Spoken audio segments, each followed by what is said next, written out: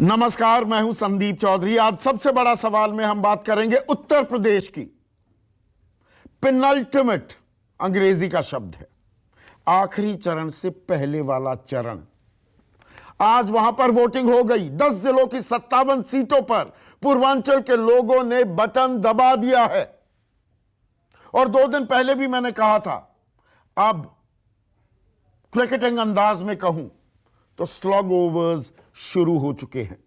उत्तर प्रदेश में इन 57 सीटों पर कितने वोट डले, यह एक अंदाजा देता है। जोशो खरोश दिखा, उत्साह दिखा, औसत रहा मतदान या औसत से कम। तो 5 बजे तक का आंकड़ा हमारे सामने आ गया है।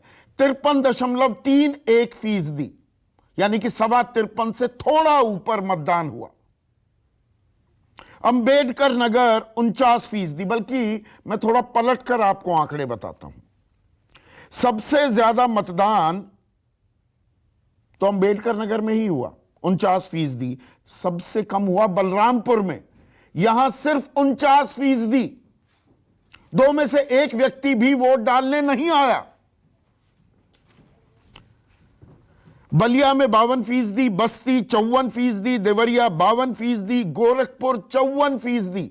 यहां से पहली बार विधानसभा चुनाव में ताल ठोकते दिखे सूबे के मुख्यमंत्री योगी आदित्यनाथ। वो सांसद कई बार बने, पहली बार विधानसभा का चुनाव वो लड़ रहे हैं। 9 सीटें हैं गोरखपुर में, गोरखपुर शहर से वो उम्मीदवार हैं। आज उनकी किस्मत भी ईवीएम में कैद हो गई। 9 में से 8 बीजेपी ने जीती थी। कुशीनगर 55%। और यह इलाका इसलिए भी आजकल चर्चा में है क्योंकि यहां पर योगी आदित्यनाथ की सरकार में कद्दावर मंत्री रहे स्वामी प्रसाद मौर्य, बड़ा पिछड़ा चेहरा भी है। पिछड़ों की अभी मैं बात करने वाला हूं। वो पाला बदल गए, समाजवादी पार्टी ज्वाइन कर ली उन्होंने, और वो यहीं के फाजिल नगर विधानसभा क्षेत्र से उम्मीदवार हैं। हमले की भी खबर आई। उनकी बेटी जो बीजेपी की सांसद है वो भी गुस्सा आ गई और बीजेपी के कार्यकर्ताओं को ही कोसने लगी। तो यहां भी दिलचस्प लड़ाई हुई है। महाराजगंज में 57%, और उसके बाद बलरामपुर के बाद सबसे कम मतदान वाले जिले संत कबीर नगर 51% और सिद्धार्थनगर 50%। अब ये 5 बजे तक के आंकड़े हैं। 6 बजे तक ये 55, 55.5 हो जाएगा, पिछली बार के मुकाबले फिर भी कम। और छठे चरण तक एक चीज आपको बतानी बहुत जरूरी हो जाती है। पहले चरण में 62.5% मतदान हुआ, दूसरे चरण में ये बढ़कर 64.5% हो गया। और इसमें एक खास बात यह थी कि दूसरे चरण में कई जगहों पर त्रिकोणीय मुकाबला हमने देखा। बहुजन समाज पार्टी भी ताल ठोकती दिखी। बाकी चरणों में चर्चा बहुत कम हुई, लेकिन जो ये छठा चरण है, यहां भी 2-3 जिले हैं, और खास अंबेडकर नगर का मैं जिक्र करना चाहूंगा। यहां भी त्रिकोणीय मुकाबला दिखा। आज मेरे सहयोगी जो फील्ड में थे, जमीन पर लोगों की नब्ज मन की था लेने की कोशिश कर रहे थे, उन्होंने ये साफ संकेत दिए कि अंबेडकर नगर में जबरदस्त त्रिकोणीय मुकाबला चल रहा है। और यहां पर 5 सीटें हैं। पिछली दफा बीएसपी ने बीजेपी की लहर में भी 3 सीटें यहां पर जीती थी। तो खैर, तीसरे चरण में 62.65%, चौथे चरण में 61.5 से ज्यादा 61.65%, 5वें चरण में 57.25, और अब यह घटते घटते 53.5 जो 55 के करीब हो सकता है। तो इसके मायने क्या है? और यह इलाका ग्रामीण इलाका नहीं है। गोरखपुर को हटा दो तो बाकी ये सही मायने के लखनऊ या कानपुर या नोएडा जैसा मैं बैठा हूं, या गाजियाबाद की तरह ये शहर नहीं है, आगरा की तरह। तो कस्बाई इलाकों में, ग्रामीण इलाकों में भी कम मतदान कुछ संकेत दे रहा है क्या? इस बारे में हम चर्चा करने वाले हैं। और कम वोटिंग परसेंटेज बावजूद इसके कि यहां पर 22 से 25% दलित वोट बैंक है और जो पिछड़ी और अति पिछड़ी जातियां हैं इनका बोलबाला है। कुर्मी, निषाद, राजभर, चौहान, ये तमाम वोटर्स हैं। इसके अलावा अगड़े भी अच्छी खासी तादाद में हैं। ब्राह्मण बेल्ट भी कहा जाता है इसे, देवरिया, संत कबीर नगर, सिद्धार्थ नगर, बलिया, गोरखपुर, यहां सत्ता की चाबी कई इलाकों में ब्राह्मणों के पास भी होती है। कम क्यों, यह भी देखना होगा। लेकिन उससे बड़ा सवाल, सोशल इंजीनियरिंग करने में जो कामयाब रही बीजेपी, जो ये पिछड़े अति पिछड़ों को साध लिया था, जो मंडल और कमंडल साथ साथ चले थे, क्या उसमें सेंधमारी हुई है? स्वामी प्रसाद मौर्य का मैंने जिक्र किया, ओम प्रकाश राजभर, ये सब बीजेपी के साथ थे पहले। उसके अलावा इस इलाके में बहुजन समाज पार्टी का जो वर्चस्व रहा है, वहां से बड़े नेता रामाचल राजभर, लालजी वर्मा समेत 6-7 ऐसे लोग हैं, वो सब समाजवादी पार्टी में आ गए। क्या इसके असरात भी दिखेंगे या लॉयल्टी, वो भरोसा अभी भी अपनी परंपरागत पार्टियों में इस इलाके के लोगों का कायम है? इन्हीं तमाम बातों पर हम चर्चा करने वाले हैं। ऐसे में आज का सबसे बड़ा सवाल, छठे चरण में किसने मारा छक्का और पिछड़ों ने किसे बनाया अगड़ा? ये मैं इन्वर्टेड कॉमास में, ये बहुत ही कड़वी हकीकत है। इस देश में लोगों को 75 साल की आज़ादी के बाद अमृत काल में हम कहने को जी रहे हैं, पर पिछड़े भी हैं, कुछ अपने आप को अगड़ा बनाए घूमते हैं। तो पिछड़े मैंने इन्वर्टेड कॉमास में दिया कि जो तथाकथित पिछड़ा वर्ग है और है, वो अगड़ा किसे बनाएगा, यानी कि किसे सत्ता की चाबी सौंपेगा। चर्चा में मेरे साथ देश के जाने माने सोफोलॉजिस्ट CSDS से जुड़े हैं संजय कुमार, आशुतोष सत्यहिंदी.com नाम का डिजिटल प्लेटफॉर्म चलाते हैं, वरिष्ठ पत्रकार और किसी परिचय के मोहताज नहीं विष्णु त्रिपाठी और शरद गुप्ता हैं, और स्टूडियो में, संजय भी वैसे स्टूडियो में है, स्टूडियो में ही मेरे सहयोगी सुकेश रंजन भी इस चर्चा में जुड़ चुके हैं। तो पहला सवाल जो मैंने 5वें चरण के बाद भी आपसे पूछा था संजय, 53.31%, यह औसत से भी कम माना जाएगा।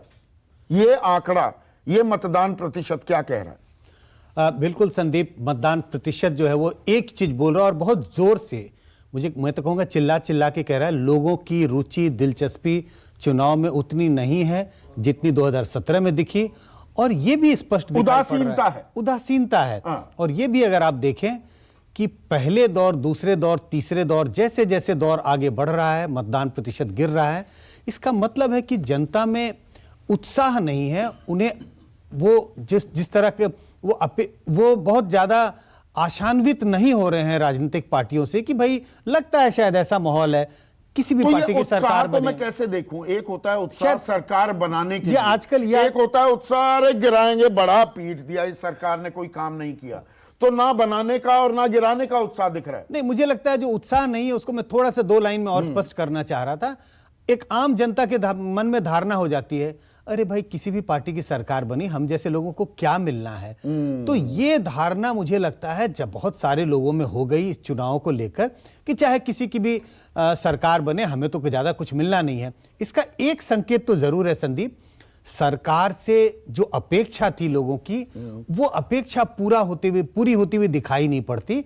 तो ऐसा नहीं है, अगर उत्साह होता चुनाव के लिए, और उत्साह दोनों बातों के लिए हो सकता है, लेकिन ज्यादातर हम देखते हैं उत्साह होता है सरकार को पलट देना है, तब चुनाव में जो वोट परसेंटेज है उसको बहुत ऊपर जाना चाहिए था, कम से कम 5-7-8% ऊपर चला जाता, और ऐसा हमने होता हुआ देखा है 2009 लोकसभा चुनाव और 2014 को देखें। तो मतलब सरकार को पलटने का कोई ऐसा उत्साह नहीं दिख रहा है, पर सरकार को बरकरार रखने का जो बीजेपी लगातार, देखिए ये जो 10 जिले हैं, ये पिछड़ा इलाका है, ये डार्क जोन है, उत्तर प्रदेश का, चाहे ये पूरब में हो और पूरब से सूरज उगता है वगैरह वगैरह, इन बातों को हटा दें तो कड़वी हकीकत तो ये है, ये पिछड़ा इलाका है। और यहां पर बीजेपी जो ताल ठोकती है कि मुफ्त राशन, जो लाभार्थी एक वर्ग क्रिएट किया, डबल इंजन सरकार, कोविड के दौरान मुफ्त में टीकाकरण किया जाना और मुफ्त राशन में वो जो 35 किलो देना, उसके लिए तो लंबी कतारें लगनी चाहिए थी, या दरअसल वो वोटर आया है, पलटने वाला वोटर नहीं आया? नहीं संदीप, जो लाभार्थी वर्ग की बात होती है, नंबर्स में अगर गिने तो बहुत बड़ी तादाद है, लेकिन उसको प्रतिशत में देखें, पॉपुलेशन के प्रतिशत में या मतदाताओं के, कुल मतदाताओं के प्रतिशत में, उसकी तादाद बहुत नहीं है। नहीं, ना, मैं यहां पर थोड़ा सा आई बेग टू डिफर। दरअसल जो सरकारी आंकड़ा मैं बता रहा हूं, राजनेता तो कहते हैं 15 करोड़ लोगों को हम दे रहे हैं मुफ्त में राशन, आंकड़ा है और वो मैंने पढ़ा है, रिसर्च की है, 13 करोड़ 41 लाख कार्ड होल्डर्स हैं। तो 13 करोड़ 41 लाख 21 करोड़ की आबादी थी 2011 के सेंसस, अब मान रहे हैं 24-25 करोड़ हो गई होगी, और इसमें 18 साल से कम वाले भी लोग हैं। तो 13 करोड़ 41 लाख कार्ड होल्डर्स तो बहुत बड़ी तादाद हो जाती है। संदीप, जो व्यक्ति सरकार के कामकाज से दुखी है, खासकर अगर हम महंगाई की बात करें, बेरोजगारी की बात करें, इसका अर्थ ये सीधा सीधा नहीं निकालना चाहिए कि ये सारे के सारे लोग सरकार के खिलाफ वोट कर रहे हैं। उसी तरह से जिन लोगों को सरकार के इन स्कीम्स का फायदा हो रहा है, लाभार्थी का जो है, वो सारे के सारे लोग कतार में खड़े होकर के सरकार के पक्ष में वोट देंगे। मुझे लगता है ऐसा जो मानते हैं वो गलती कर रहे हैं। उनमें तमाम जाति के लोग हैं, और इन चुनाव को अगर आप देखें तो मुझे लगता है बिल्कुल ये मंडल 2.0 है। बिल्कुल ये मंडल फिर से जो हमने 90s में देखा था, मंडल कमीशन के 90 के दशक की बात भी देख रहे हैं हम, फिर से वो झलक देख रहे हैं। बिल्कुल वो झलक दिखाई पड़ रही है। तो आपने सरकार से जो फायदा आपको मिलना है तो वो मिल गया, लेकिन अगर आप सरकार के खिलाफ खड़े दिखते हैं तो उनके मन में ये भावना आती है, मतलब वो मिला है, हमारा हक है, ये सरकार को हमें देना चाहिए। मैं उसी बात पर आ रहा था कि आम आदमी क्या अब ये भी कह रहा है कि भाई आपने एहसान थोड़ा किया, अगर 120 रुपए, 110 रुपए, 120 रुपए पेट्रोल, 110 रुपए डीजल, या गैस के दाम 594 से 1100 बढ़ा दिए, वो हमसे ही लिया तो हमें दे रहे हो, तो ये तो हमारा हक है, ये सरकार का काम है। क्या ये भी आपको सेंस दिख रही है इन आंकड़ों में? ये जो इस तरह की सोच जो है वो व्यक्ति के पार्टी के बारे में पसंद और नापसंद से के आधार पर निर्धारित हो रही है। जिन व्यक्तियों को लाभार्थी हैं उनको फायदा हुआ है, और वो किसी न किसी कारणवश पार्टी को भी पसंद करते हैं, बीजेपी को पसंद करते हैं, योगी आदित्यनाथ को पसंद करते हैं। उनकी सोच अलग तरह की होती है। वो कहते हैं भाई सरकार ने हमें इतना कुछ दिया है। लेकिन ऐसे लोग जो लाभार्थी हैं, अलग अलग स्कीम्स का फायदा हुआ है, लेकिन किसी कारणवश उनके मन में कचोट है कि फायदा तो हुआ, लेकिन महंगाई इतनी, बेरोजगारी इतनी, कोरोना काल की जो कोरोना काल, तमाम तरह की समस्याओं का उन्हें सामना करना पड़ा, तो वो ऐसा सोचते हैं सरकार ने दिया है तो हमारा हक है। एक और तस्वीर है संजय, थोड़ा सा उसकी परतें खोलिए, उसको साफ कीजिए तस्वीर को। भाई ये छोटे दल वाला इलाका है, और उनका तो जो संपर्क होता है ना अपने कार्यकर्ता के साथ, अपने वोटर के साथ, वो जबरदस्त है। वो मतलब पर्सनली एक दूसरे को जानते हैं। तो कहने को जो एक सतरंगी गठबंधन बनाया अखिलेश यादव ने, उसमें राजभर हो, संजय चौहान हो, तमाम, स्वामी प्रसाद मौर्य खुद ताल ठोक रहे थे, तो उनका वोटर भी उतना नहीं आया है क्या? ये छोटे दल तो क्राउड पुलर्स होते हैं ना अपने अपने इलाकों में, बिल्कुल इलाका ही सही, लेकिन वहां पर के तो ये राजा होते हैं ना। इस वक्त तो कह पाना संदीप बहुत मुश्किल है कि किसके वोटर आए, किसके वोटर नहीं आए। लेकिन मैं कुछ पॉइंट्स पर दर्शकों का एक तरह से ध्यान आकर्षित करना चाहूंगा। आप देखिए पहले फेज में मतदान प्रतिशत रीजनेबली हाई था। Reasonably high. कौन से लोगों की तादाद थी? जाट मतदाताओं की तादाद उस इलाके में थी। सेकेंड फेज और भी ऊपर गया, हाँ 64% हाँ। उन इलाकों में जहां सेकेंड फेज का मतदान हुआ था, वहां पे तकरीबन 40% मतदाता मुस्लिम समुदाय के थे। कुछ संकेत मिलते हैं किन लोगों ने शायद बढ़ चढ़कर वोट किया है। जो आज छठे दौर में जो मतदान प्रतिशत नीचे गिरता हुआ दिख रहा है, मुझे लगता है कि दोनों पार्टी या दोनों गठबंधन दलों के जो स्कोर समर्थक हैं वो तो आ गए, लेकिन बाकी जो तमाम लोग हैं, और इस इलाके में गरीबी रेखा से नीचे रहने वाले बड़ी तमाम तरह के लोग हैं, तमाम संख्या है उनकी, बहुत बड़ी संख्या है, उनमें कोई उत्साह नहीं दिखा। पार्टी के जो कोर समर्थक हैं वो आ गए, लेकिन इसके अलावा उत्साह गायब था इस इलाके में मतदाताओं के बीच में। इस वजह से ये जो मतदान प्रतिशत है वो हमें बहुत निराशाजनक रूप से दिखाई पड़ रहा है। आशुतोष, आप किस तरह से देख रहे हैं ये मतदान प्रतिशत?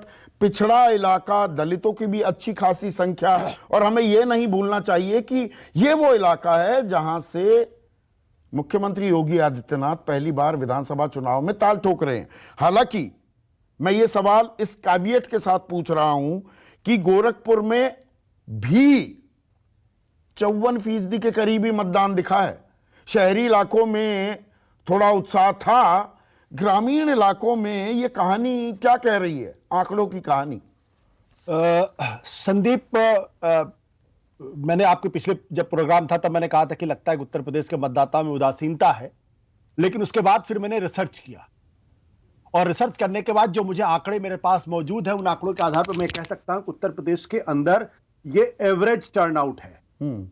ना तो ये ज्यादा है ना ये कम है, और इसका मतलब ये कि उत्तर प्रदेश के मतदाताओं की जो तासीर है वो इसी हिसाब से बाहर निकलती। वो पश्चिम बंगाल के मतदाता नहीं है, वो दूसरे इलाकों के मतदाता नहीं। अगर आपके पास वक्त हो तो मैं आपको बता देता हूं कि 2002 में 54% टर्नआउट था, 2004 में 58% टर्नआउट था, 2007 में 46% टर्नआउट, 2009 में 48% टर्नआउट, 2012 में 59% टर्नआउट, 2014 में जबकि सुनामी उस वक्त नरेंद्र मोदी की चल रही थी तब 58% टर्नआउट था, 2017 में जब बीजेपी की सुनामी थी तब 61% टर्नआउट था, और 2019 में जब बीजेपी के पक्ष में हवा थी तब 59% टर्नआउट था। तो इसका मतलब मैं एक सेकंड अब इसी में मैं एक सवाल जोड़ दूं। आपने 2017 में 61, वो 61.5 के करीब था, और 2019 लोकसभा को अभी भूल जाते हैं। असल जो खेल बदला 2012 के बाद, 2012 तक बीजेपी 14-15% के वोट बैंक वाली पार्टी हुआ करती थी, जो वो 39-40% पर 2017 में पहुंची, तब मत प्रतिशत 61.5, और यहां हम देख रहे हैं, हमारे सामने तस्वीर आ रही है 53.25% की। ये कुछ कहानी कह रहा है या एक कंटिन्यूटी देख रहे हैं कि ये तो नॉर्मल ट्रेंड? नहीं, मैं नॉर्मल ट्रेंड के तौर पर देख रहा हूं, और मैं अपने आप को करेक्ट भी कर रहा हूं, क्योंकि देखिए अगर आप जो पहले फेज में था तकरीबन 62% पोलिंग हुई, दूसरे फेज में 64% पोलिंग हुई, तीसरे फेज में 61% पोलिंग हुई, चौथे में 57, उसके बाद 54 और अब 53। और इसका मतलब ये है कि तकरीबन जो ओवरऑल पोलिंग होगी वो 59 या 58 या 60 के आसपास जाके पोलिंग रुक जाएगी पूरे उसके बारे में। तो और ये बात हम ध्यान रखना चाहिए कि 2012 के बाद से, खासतौर पर नरेंद्र मोदी के आने के बाद से कैंपेन हुआ है कि ज्यादा से ज्यादा लोग अपने घरों से निकले और वोट करें। उसके बावजूद भी उत्तर प्रदेश के अंदर पोलिंग नहीं होती है। आप 2012 का उदाहरण देख लीजिए, 59%, 2017 मामूली सा 1.5% का फर्क पड़ता है और 61% पोलिंग होती है। लेकिन 2014 जो पार्लियामेंट का इलेक्शन है, जहां नरेंद्र मोदी के लिए आकर्षण था, कांग्रेस पार्टी के खिलाफ गुस्सा था, लोकसभा को भूल जाइए अभी थोड़ी देर के लिए, विधानसभा की बात करते हैं। इसीलिए कह रहा हूं, मैं इसलिए जानबूझ के लोकसभा का डेटा लेके आ रहा हूं, क्योंकि मोदी के अंदर वो करिश्मा है कि वो एक्स्ट्रा वोटर निकाल के तो आप कह रहे हैं ये नॉर्मल है, तो फिर इस छठे चरण में छक्का कौन मारता दिखा है? मैंने सवाल बाकायदा बनाया है कि पिछड़ों ने किसे बनाया अगड़ा, पिछड़े किसके पीछे जाते दिखाई दिए, किसे अगड़ा बनाते दिखाई दिए? ट्रेंड्स क्या कह रही हैं? देखिए, मेरी बहुत जो तमाम तरीके की चीजों का मैंने अध्ययन किया, उसके आधार पर मुझे साफ तौर पर लगता है कि समाजवादी पार्टी को एज है, भारतीय जनता पार्टी पिछड़ती हुई दिखाई पड़ रही है, और उसके अपने बहुत सारे कारण हैं। कई बार आपके कार्यक्रम में डिस्कस कर चुका हूं, लेकिन मेरा बहुत स्पष्ट तौर पर मानना है कि जो सामाजिक गठजोड़ का काम अखिलेश यादव ने समाज और किया है, और जो एंटी इनकम्बेंसी, महंगाई और बेरोजगारी को लेकर सरकार के खिलाफ है, उसकी वजह से समाजवादी पार्टी को एज है। अब ये जीत होती है, जीत नहीं होती, एक अलग तरीके का सवाल, लेकिन भारतीय जनता पार्टी के जो समर्थक है, पार्टी है, संगठन है, उसमें एक अजीब तरीके की निराशा, उदासीनता बहुत स्पष्ट तौर पर देखी जा सकती है। जोश का जो माहौल समाजवादी पार्टी के खेमे में दिखाई पड़ता है, उनके जो रैलियों में दिखाई पड़ता है, उनके जो रोड शो में दिखाई पड़ता है, उसका पूरी तरीके से भाव आप एक और चीज देखने को मिली आशुतोष इस चरण में, और ये दिलचस्प बात थी, मैंने अपने सहयोगी मानस को ये बात कही भी, वो अंबेडकर नगर में थे और 5 सीटें हैं अंबेडकर नगर में। उन्होंने कहा कि पांचों में जबरदस्त त्रिकोणीय मुकाबला है। इसकी एक हल्की फुल्की झलक हमने दूसरे चरण में भी देखी थी।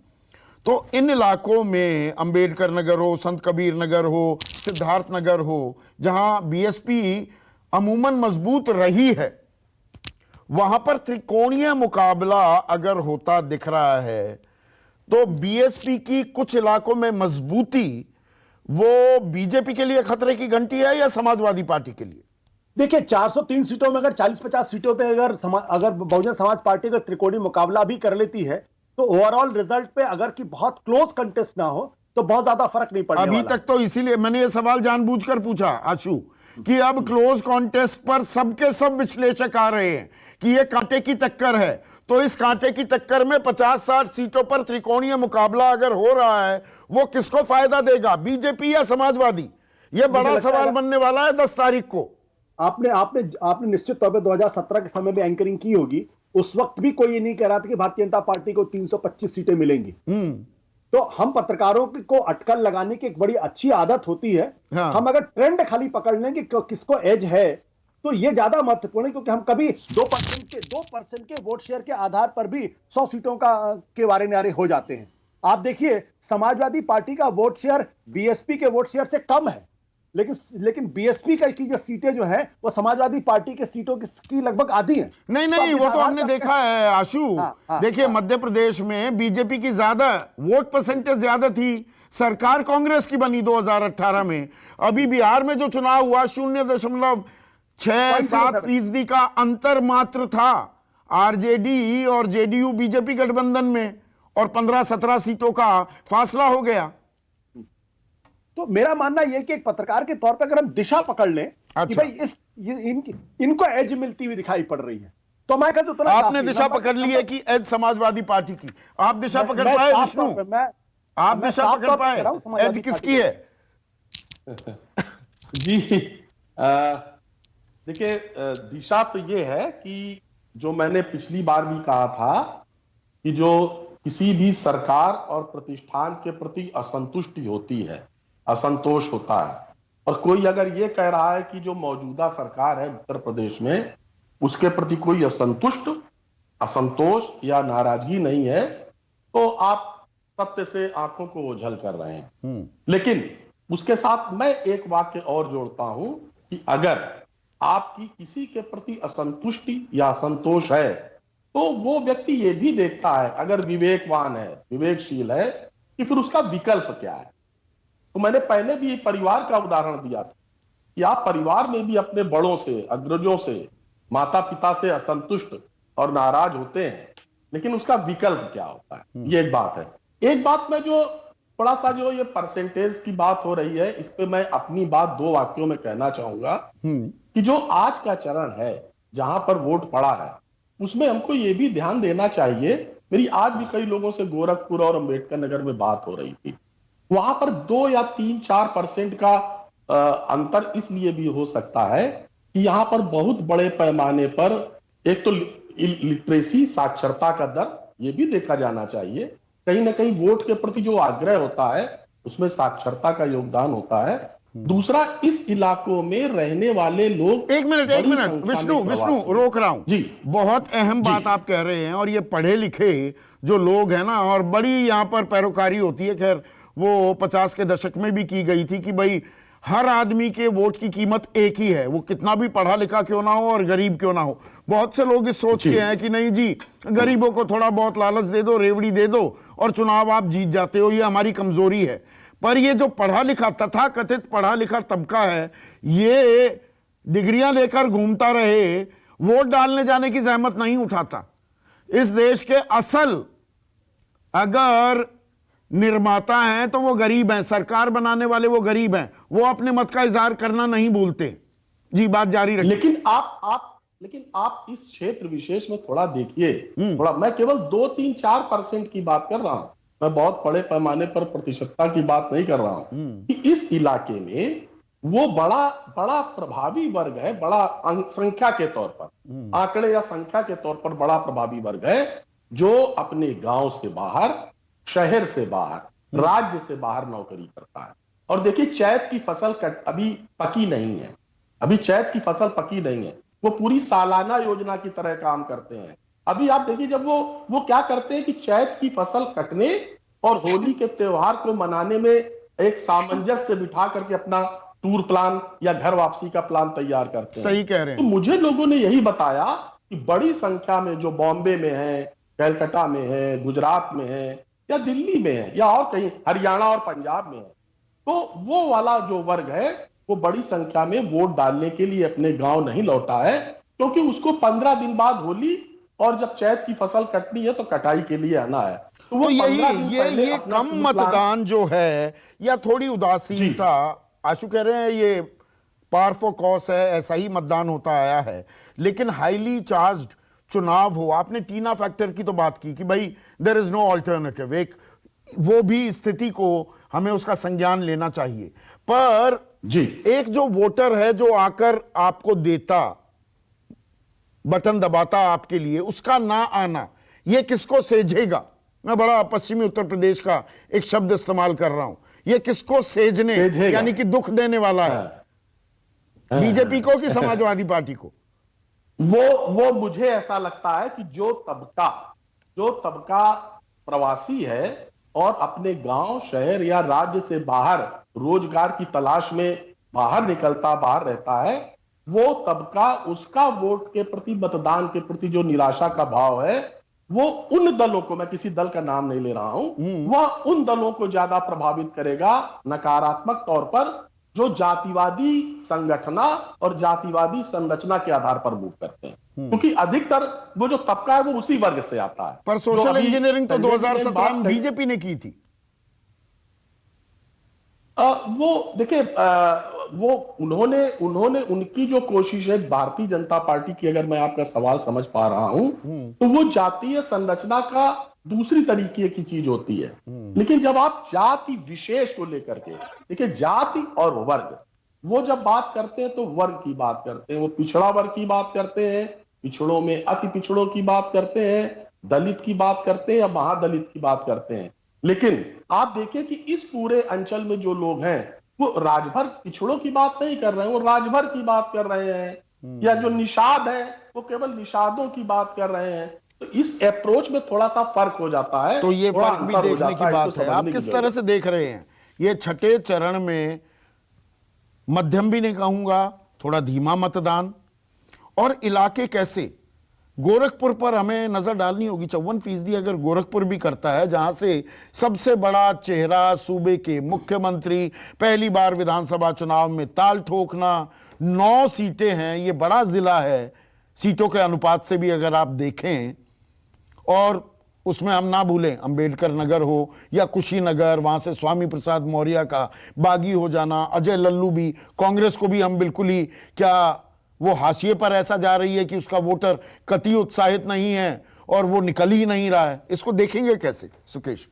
मैं आशुतोष और विष्णु दोनों की बात से सहमत हूं। देखिए, 54% 5 बजे तक का फिगर है गोरखपुर की, अगर आप बात कर रहे हैं, चूंकि आपने गोरखपुर से शुरू किया, वो 57-58% के आसपास कहीं जाकर रुकेगा। ये नॉर्मल पोलिंग है उस इलाके के लिए। उस इलाके के हिसाब से देखें तो शायद अच्छी पोलिंग कहेंगे वो, पिछले कुछ मुकाबलों को अगर पैमाना मान ले तो ये बहुत चिंता का सबब किसी पार्टी के लिए नहीं है। संजय कह रहे थे कि दोनों के वोटर निकले हैं, काडर निकला है, कोर वोटर निकला है, वो नहीं निकला जिसे लगता है कि भाई सरकारें हमारे लिए क्या करें, जो संजय कह रहे थे। इसमें एक चीज, चूंकि बाकी बातें लोग कह चुके हैं, मैं एक चीज रेखांकित करना चाहता हूं। पहले हम ये समझते थे कि, मैं बीजेपी से शुरू करता हूं, कि बीजेपी का वोटर जो है वो माहौल बनाता था, वो मूलतः अगड़ों की पार्टी हुआ करती थी, वो वोट देने जाए चाहे नहीं, वो जोर जोर से बोलता था, हल्ला ज्यादा, माहौल बनाने में ज्यादा विश्वास करता था। ये 1990s और 2022 इन दोनों की राजनीति में फर्क आ गया है। बीजेपी ने पेनिट्रेट करके अपने वोटर्स वहां तक बनाए हैं जो अब माहौल बना के वोट देने जाए जरूरी नहीं है।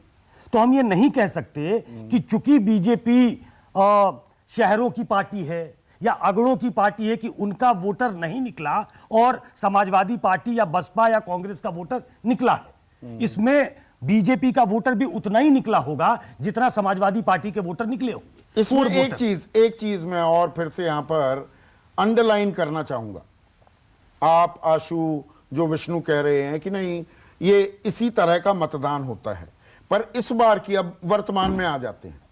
पहले चरण में 62.5, दूसरे चरण में 64.5 और यहां पर 5वें और 6ठे चरण की बात हो रही है, जो परंपरागत तौर से बीजेपी का गढ़ माना जा रहा था या बन गया था 2017 में, वो आंकड़ा आ जाता है 54 से 56% के बीच। तो फर्क हो जाता है 6-7% का। मैं उस पे तो पहले दूसरे चरण की वोटिंग और ये 5वें 6ठे चरण की वोटिंग को कैसे आप इसकी कंपैरिजन आपने बीच में रोक दिया, मैं उसी पे आ रहा था। पहले और दूसरे चरण की वोटिंग सीधा सीधा इंपैक्ट था किसान आंदोलन का। वेस्टर्न यूपी स्वीप था बीजेपी का, और चूंकि किसान आंदोलन अभी अभी खत्म हुआ था और वो 1 साल तक चला था और उत्तर प्रदेश में किसानों ने और मूलतः जाटों ने उसकी अगुवाई की थी, तो वो एक बड़ा कट थ्रोट कंपटीशन वाला क्षेत्र था, पहला फेज। दूसरे फेज में मुस्लिम कंसोलिडेशन बहुत ज्यादा था, वो आमतौर पे ज्यादा पोल करते हैं, ऐसा हर पोल के नतीजों में पता लगता है। तो पहला और दूसरा चरण चूंकि बहुत क्लोजली कंटेस्टेड था और बहुत उसकी चर्चा थी, हाई वोल्टेज कैंपेन था। आपको याद होगा गर्मी निकाल देंगे और इनकी चर्बी उतार दो, इस तरह का कैंपेन चला था। 80-20 पलायन, पाकिस्तान, बहुत चीजों की गूंज थी। ये वो इलाका था जहां से टोन सेट होना था। तो दोनों पार्टियों ने ताकत लगाई और खास तौर पे वो किसान आंदोलन का इंपैक्ट था जिसकी वजह से उसमें ज्यादा पोल आपको देखने को मिला। धीरे धीरे चीजें सेटल होने लगी और उसके बाद जब उसमें जो ये 9वां दिन हो गया है रूस के यूक्रेन पर हमले का, और बीजेपी के जो स्टार प्रचारकों में देश के प्रधानमंत्री नरेंद्र मोदी हैं, गृह मंत्री अमित शाह, रक्षा मंत्री राजनाथ सिंह, इन लोगों की अब निगाहें यूक्रेन में हमारे जो भारतीय छात्र और बाकी लोग जो फंसे हुए थे और जो बैकरूम नेगोशिएशंस होती हैं उनमें लगना, उतना जोर बीजेपी के शीर्ष नेतृत्व का, केंद्रीय शीर्ष नेतृत्व का यूपी पर ना लगना, उसकी भी आहट दिखती है क्या? नहीं, इसमें आपको क्यों ऐसा लग रहा है कि उतना जोर नहीं है? प्रधानमंत्री ने आज भी रैली की है, गृह मंत्री ने भी की है, रक्षा मंत्री। दरअसल आरोप यह है कि सरकार को ज्यादा उस तरफ ध्यान देना चाहिए था और सरकार चुनाव पे ध्यान दे रही है। तो ये मैं इसको एक फैक्टर नहीं मानता कि यूक्रेन में जो हो रहा है और नहीं, यूपी चुनाव भी चर्चा से हट गया। नहीं, चर्चा से हट जाना, जहां चर्चा में होना चाहिए मुझे लगता है वहां वो चर्चा में बना हुआ है। एक वोटिंग पैटर्न जो है हम उसकी चर्चा मैं उत्साह की बात कर रहा हूं। जब चर्चा होती है उत्साह ज्यादा होता है। नहीं, ठीक है, ये टेलीविजन पे चर्चा होगी, सोशल मीडिया पे चर्चा होगी, उससे उत्साह हम लोगों में बना होता है और पर वोटर में नहीं। लेकिन वोटर हम मुगालता पाले बैठे हैं कि हम स्टूडियो में जो बैठ के बात कर रहे हैं, न जाने कितनी धीर और गंभीरता से, गंभीरता से हर कोई हमारे एक शब्द को, ये हम मुतमईन हो जाते हैं। अगर हमें है हम इस मामले में, अगर हमें यह लगता है कि हमारे इस एनालिसिस से प्रभावित होके, इन्फ्लुएंस्ड होके कोई वोटर अपना मत देने का जो नजरिया है वो बदल देता है, तो हम उगालते में हैं। पश्चिम बंगाल ने ये दिखाया है हमें। नहीं, पश्चिम बंगाल तो बिल्कुल उन लोगों ने मिसरीड किया जो सिर्फ वहां जाकर मुझे लगता है कि उत्तर भारतीयों से बात करके चले आए, उन्होंने वहां के लोकल लोगों से बात नहीं किया। नहीं तो इतना बड़ा फर्क आपको देखने में नहीं मिलेगा कि एक पार्टी को 77 सीटें आए और दूसरे को 200 सीटें आए। मुझे लगता है कि पोलिंग का परसेंटेज जो है वो किसी एक पार्टी को एज दे रहा हो, ऐसा नहीं है कि रूलिंग डिस्पेंसेशन इसमें फायदे में नहीं है या उसको नुकसान है। इतना शांत कैसे है, इतना चुप क्यों है? देखिए, जब हम मंडल की बात करते हैं और मंडल पॉलिटिक्स आपने क्लोजली ऑब्जर्व की है और आप बिहार से आते हैं, जो प्रयोगशाला थी मंडल पॉलिटिक्स की अपने आप में, तो पिछड़ा तो बहुत मुखर होता है पसंद और नापसंद के बारे में। देखिए संदीप, उसमें भी एक चेंज आ गया है। जो पिछड़ा वर्ग जो पूरा एक साथ था, बिहार में भी उसको खंड खंड में डिवाइड किया गया, उत्तर प्रदेश में उसको खंड खंड में डिवाइड किया गया। मैं आपको दो एग्जाम्पल, एक उत्तर प्रदेश का और एक बिहार का एग्जाम्पल देता हूं, उससे पता लग जाएगा कि पिछड़ों की गोलबंदी जिसकी हम चर्चा कर रहे हैं, जो कागज पे एक बहुत पोटेंट अलायंस लगता है, क्या वो ग्राउंड पे भी ट्रांसलेट होता है क्या? समाजवादी पार्टी और बसपा दोनों मिलकर चुनाव लड़ी, इससे ज्यादा पोटेंट गठबंधन तो कोई नहीं हो सकता। और एक बार ये पहले हो चुका है, लेकिन उस वक्त भी अगर आप देखेंगे तो 202 का वो जादुई आंकड़ा पार नहीं किए थे। अब चले आइए बिहार में, नरेंद्र मोदी, और तब तक वो बता चुके थे कि वो ओबीसी नेता हैं, और बीजेपी ये कह चुकी थी यहां तक कि ये पहले ओबीसी प्राइम मिनिस्टर हैं, वो देवगौड़ा को भूल गए थे। हाँ। क्या गठबंधन हुआ? बीजेपी ने गठबंधन किया एलजेपी से, दलितों की पार्टी। बीजेपी ने गठबंधन किया हम से, महादलितों की पार्टी, जिस दलित और महादलित का कॉन्सेप्ट नीतीश कुमार लेकर आए थे। तो दलित भी उनके साथ, महादलित भी उनके साथ, और 6% के आसपास क्वेरी है। उसके एक बड़े नेता उपेंद्र कुशवाहा आए, वो भी उनके साथ, आरएलएसपी। लेकिन थंपिंग विक्ट्री किसकी हुई? लालू यादव और नीतीश कुमार की। वो जातीय गठबंधन, अगर कोई नेता एक तरफ चला जाए तो उसके साथ वो सारा वोट भी चला जाता है। ये एक बहुत डिबेटेबल इशू है भाई। स्वामी प्रसाद मौर्य को अपनी सीट बदलनी पड़ गई, फाजिल नगर चले गए। मुझे कुछ संजय निषाद पार्टी पर बीजेपी इतना बैंक कर रही है, उनके बेटे निषाद की थाली का सिंबल पर नहीं, कमल पर चुनाव लड़ रहे हैं। मैंने अपने कुछ सहयोगियों से बात की, कुछ भाजपा के नेताओं से भी बात की है, कुछ सपा के नेताओं से भी बात की है। उनका यह कहना है कि फाजिल नगर में हमने स्वामी प्रसाद मौर्य को फंसा दिया है, जहूराबाद में जो राजभर के नेता है, और बीजेपी बहुत डिजाइन के तहत ये कर रही है कि इनका अस्तित्व खत्म कर दीजिए। ये जो एक वर्ग के नेता बनते हैं, इनका अस्तित्व खत्म कर दीजिए, आगे की चुनाव में इनकी चौधराहट जो है वो खत्म हो जानी चाहिए। तो वहां पे ऐसा फंसाया है, ये बीजेपी नेताओं का भी कहना है कि स्वामी प्रसाद मौर्य अपनी सीट से निकल नहीं पा रहे हैं। और ये सारी जो आप कल परसों वो केशव प्रसाद मौर्य के लिए भी बहुत लोगों ने कहा कि वो सिरातू में फंस गए। बिल्कुल बिल्कुल बिल्कुल, ये हर पार्टी करती है। हाँ। लेकिन ये एक जो मैंने दो एग्जाम्पल दिए, उससे ये बात मुझे लगता है कि मैं स्पष्ट मैंने की होगी कि एक नेता के जाने से सारा वर्ग का वोट दूसरी तरफ चला जाए, इसी तरीके से चला जाए, कागजों पर अच्छा लगता है। हाँ, जमीन पर नहीं होता। और मैं एक बात पर आपका कमेंट जरूर चाहूंगा शरद, उसके बाद मोटी चर्चा शुरू करते हैं। आशुतोष भी मुस्कुराए थे जब मैं और सुकेश चर्चा कर रहे थे कि हम इतने आत्ममुग्ध होते हैं कि भैया हम जो बात कह रहे हैं पता नहीं लाख टके की बात है, और बहुत ध्यान से, बहुत गौर से सारे वोटर सुनते हैं, और पता नहीं हमारी बात कोई साध लेते हैं। आप क्योंकि प्रिंट वाले हैं, ये एक बीमारी है ना इलेक्ट्रॉनिक मीडिया में, कि हम ही सर्वज्ञानी हैं, हमने जो बोल दिया वही सही। पॉलिटिकल पंडित हैं हम। मोदी जी के शब्दों में पॉलिटिकल पंडित। ठीक कह रहे हैं, लेकिन इधर जो कई वीडियोस आ रहे हैं वो बड़े मजेदार हैं कि एक साहब बात कर रहे हैं किसी विदेशी एक्सपर्ट से, 2 मिनट तक उसको डांटते रहते हैं कि आप अपने जो बाइडेन से क्यों नहीं बात कर रहे हैं। तो 2 मिनट के बाद मालूम चलता है कि वो तो एक्चुअली कीव में एक अखबार के संपादक थे, और उनसे कह रहे थे कि आप बाइडेन से क्यों नहीं बात करते। वो समझ रहे थे कि अमेरिका के। खैर, इस तरीके की गलतियां हो जाती हैं। पर यहाँ पर सही राह किसने पकड़ी है? छठे चरण में गलती कौन कर बैठा? हाँ, मैं अभी उसी पे आता हूँ कि छठे चरण में जो चुनाव हुआ है वो उसमें बाकी सभी चीजों से ज्यादा जातियां महत्वपूर्ण हैं। जैसा आप दिखा भी रहे हैं कि बिंद, कुमार, कुशवाहा, इस तरीके से इतनी ढेर सारी जातियां हैं, और उन जातियों के समीकरण आपस में इतने कई बार उलझे हुए रहते हैं कि खुद नेता समझ नहीं पाते। जैसे अभी बात हो रही थी कि जो निषाद पार्टी के अध्यक्ष हैं, उनके बेटे श्रवण कुमार लड़ रहे हैं चौरी चौरा से, और वो लड़ रहे हैं भाजपा के सिंबल पे।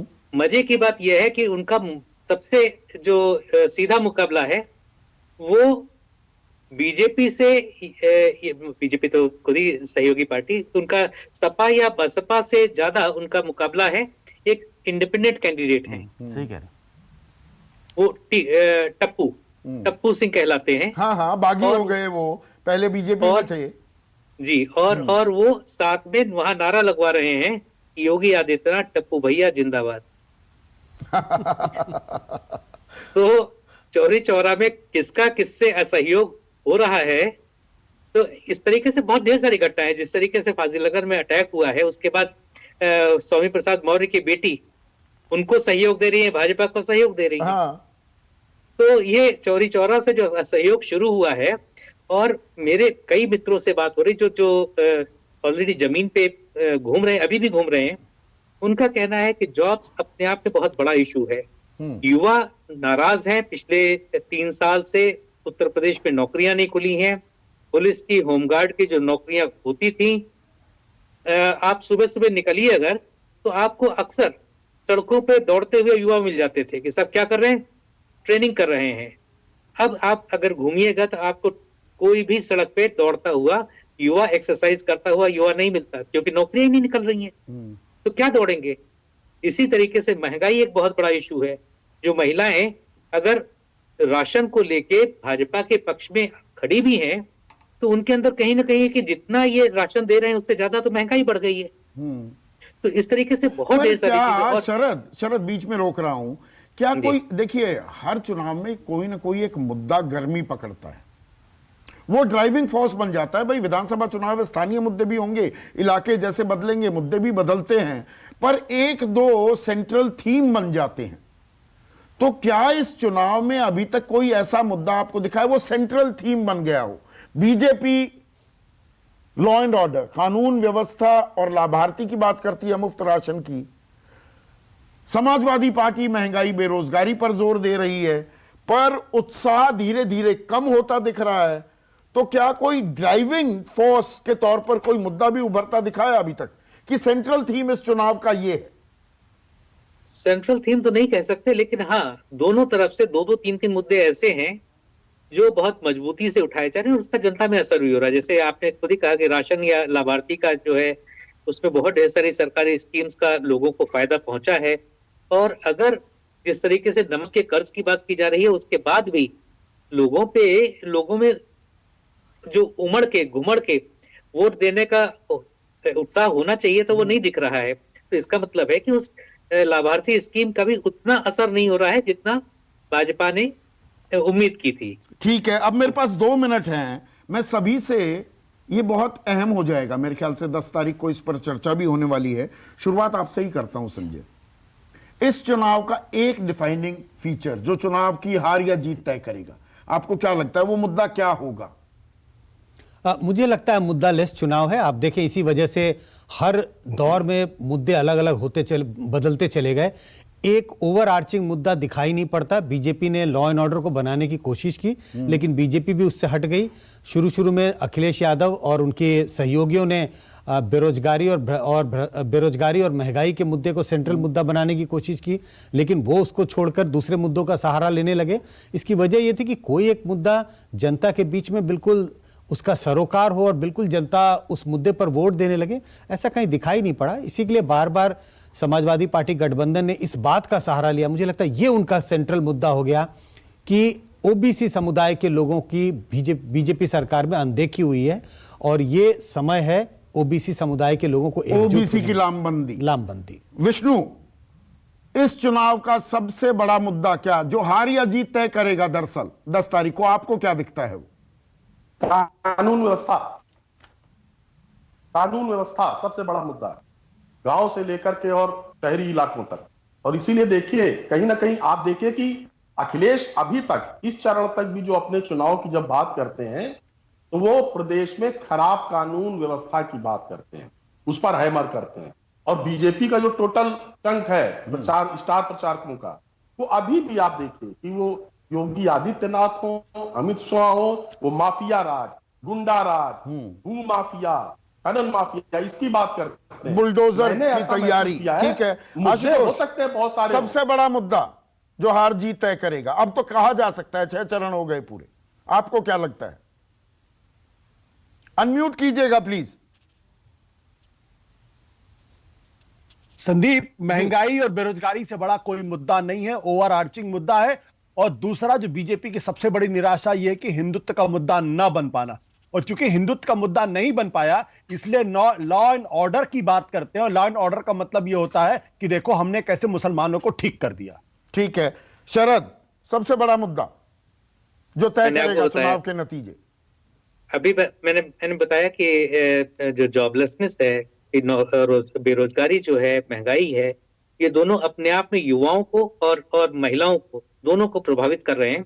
मैं एक छोटा सा उदाहरण देना चाहूंगा कि कल एक तस्वीर बड़ी वायरल हुई थी, सभी ने देखी होगी, कि वो एक इंडिकेशन था कि क्या होने वाला है, कि अयोध्या के जो डिस्ट्रिक्ट कलेक्टर हैं, डिस्ट्रिक्ट मजिस्ट्रेट, वो अपनी घर से बोर्ड अच्छा, हटवा जो रहे रंग थे। बदले हैं, बोर्ड के रंग जो बदल गए, तो रंग बदलना ब्यूरोक्रेसी के वो एक संकेत होता है कि जनता के रंग हाँ, किधर मन बदल में रहे लाने के लिए अच्छा है वो कि भगवा से हरा हुआ, हरा से अब वो लाल हो गया है। सबसे बड़ा मुद्दा संजय कह रहे हैं पिछड़ों की लामबंदी, विष्णु कह रहे हैं कानून व्यवस्था, महंगाई, बेरोजगारी आशु और शरद कह रहे हैं सुकेश। सबसे बड़ा मुद्दा तो सारे चुनाव तय करेगा। सारे मुद्दे इन लोगों ने नहीं, गिनवा आपकी दिए हैं। निगाह में इनके अलग-अलग हैं, सबने अपनी। मैं व्यक्ति को ही मुद्दा बना देता हूं कि मुझे जो लगता है कि एक तरफ योगी खड़े हैं, दूसरी तरफ अखिलेश है।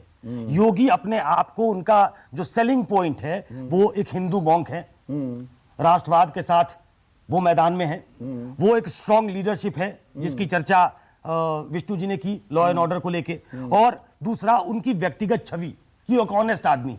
दूसरी तरफ अखिलेश हैं जो एक ओबीसी नेता है, और जातीय गोलबंदी अगर है तो किसी ओबीसी नेता को बनाने के लिए है क्या, उसको डिफाइन करेगा। और एक स्ट्रॉन्ग बेस होना उनका, खासतौर पे मुस्लिम और यादवों का एक साथ आके एक बनाना, भरोसेमंद चेहरा, बिल्कुल भरोसेमंद चेहरा जो डिलीवर कर सकता है, जो डिलीवर कर सकता है। तो पिछड़ों की लामबंदी, कानून व्यवस्था, महंगाई, बेरोजगारी या भरोसेमंद चेहरा, तय तो आपने किया है। 10 तारीख को दूध का दूध, पानी का पानी हो जाएगा। आज के लिए इतना ही, नमस्कार। नमस्कार, मैं हूं मानक गुप्ता। अगर आपको हमारा ये वीडियो पसंद आया हो तो इसे लाइक और शेयर जरूर करें, और हां, हमें सब्सक्राइब और फॉलो करना ना भूलें ताकि आप देश और दुनिया की कोई खबर मिस ना करें। तो जुड़े रहिए हमारे साथ और देखते रहिए न्यूज़ 24।